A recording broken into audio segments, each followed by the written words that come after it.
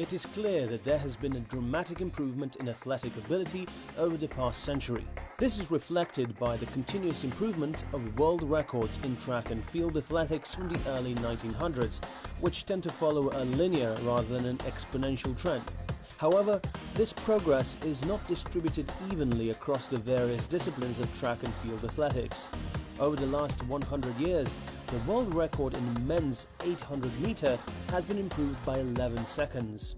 The first athlete who broke the 150 barrier was Britain's Thomas Hampson with 1:49.8 in 1932, and 30 years later, in 1962, 1:45 was broken by New Zealand's Peter Snell.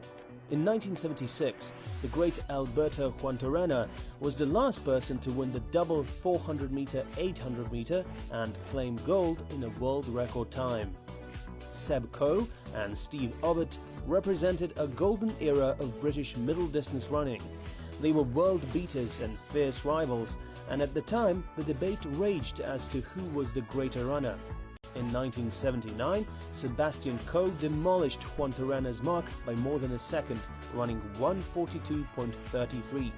In 1981, he set the world record of 1:41.73, making him the first person to run a sub-1:42 over the distance.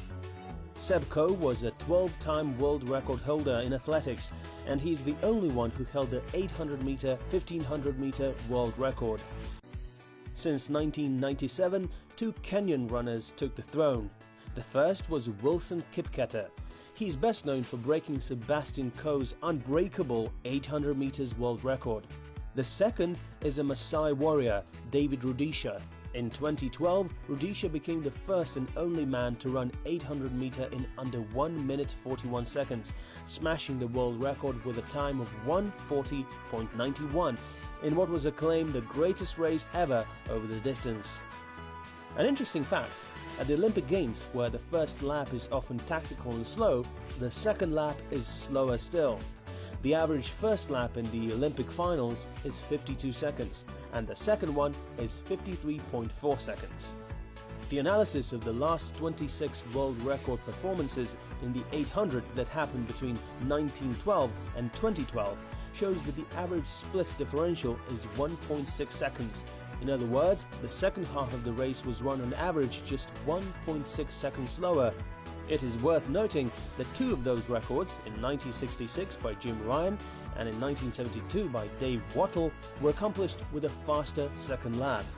The fastest second lap of all the world records at 800 meters was Dave Wattle's 51.40 seconds. By contrast, the world record holder in 2012, David Rudisha, could manage a 51.63 second lap but still ran over 3 seconds faster than Wattle. All the improvement in the overall time came by running the first lap faster. In 1997, going for Seb Coe's world record, Wilson Kipketer ran 400 meters in 48.3 seconds, the fastest first lap ever. He got the record in a time of 1:41.24, but the pace was way too far from being optimal, with the second lap 4.6 seconds slower. Kipketer returned to the track 11 days later with a better race strategy.